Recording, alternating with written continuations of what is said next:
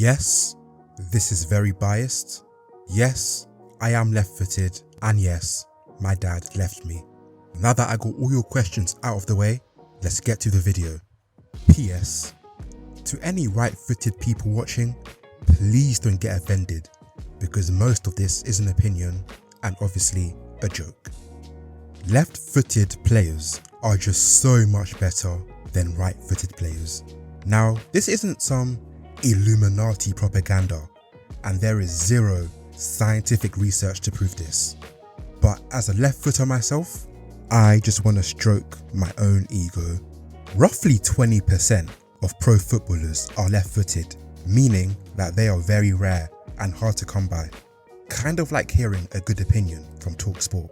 Very, very rare.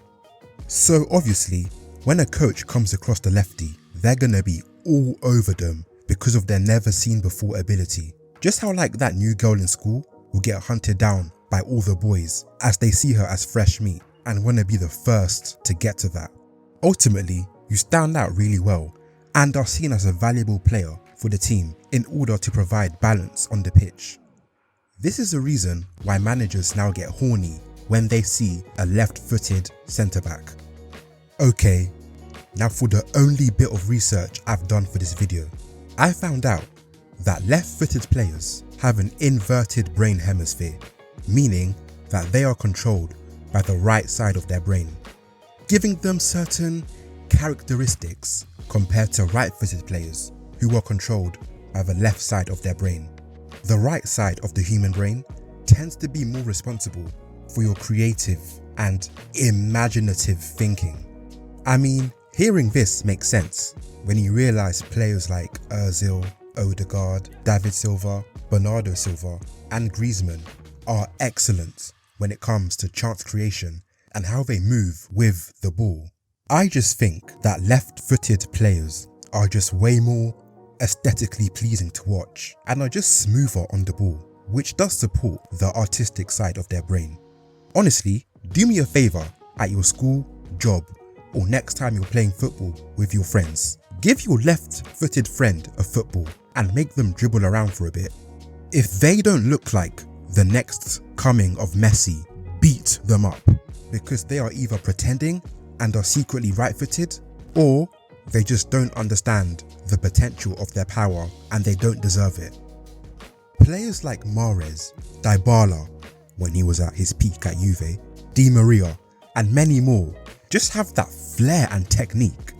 You guys might think I'm waffling and I can't really put it into words, but if you really put your mind to it, you will understand where I'm coming from. You're telling me left-footed players aren't more technically gifted? Even the way they hit the ball. I'm not even trying to dick ride, but even the way they strike a football is just different. Haaland, Van Persie, Adriano, Lukaku, Gareth Bale, Robben, Hulk. It's just different. And I haven't even mentioned the GOATs. Because the list is stacked. Lionel Messi and Maradona, arguably the best players of all time, are left-footed.